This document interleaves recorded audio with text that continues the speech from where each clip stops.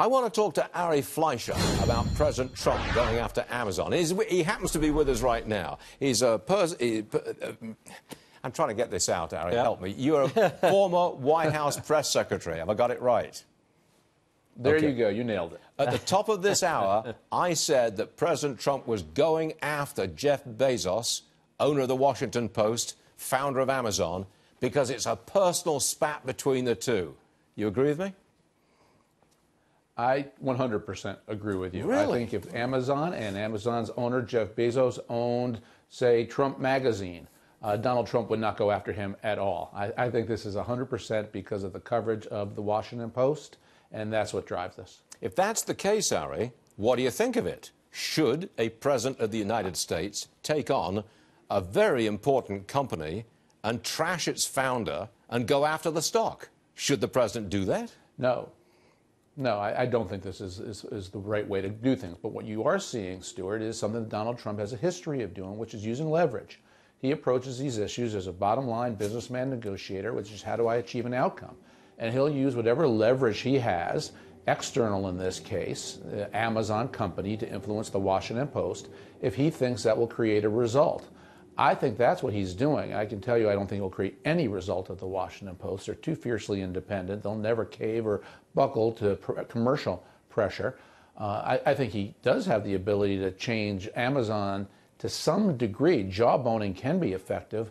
But I also think, more importantly, presidents should not jawbone against individual companies or even entire categories of companies unless there's clear malfeasance. And I don't see that here. Okay. Do you think the president, the whole approach of the president, which is consistent, he opens with a very strong bargaining position right up front, hits them between the eyes before they can even start moving, and moves on from there. Now, do you approve of that strategy, that style?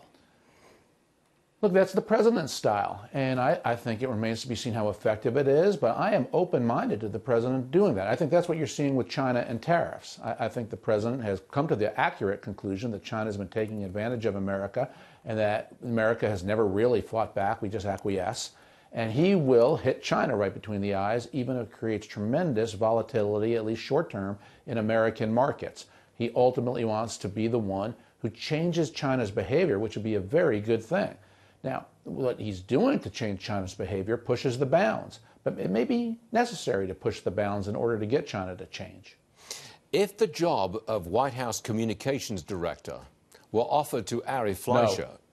No. No. I was going to say... Think about it. I was going to say, how many seconds would it take for you to say no? No. The answer is no, 0 and seconds. understand this is not aimed at the president or anybody inside the White House or his team. I'm done. I spent 21 wonderful years in that town, and if John McCain had won in 2008 and offered me a job, my answer would be no. Mitt Romney in 12 would have been no. President Trump in 16, no. So I'm happily done. I loved what I did. I love the private sector better. May I ask, is that because you make more money in the private sector? I'm just asking, Ari.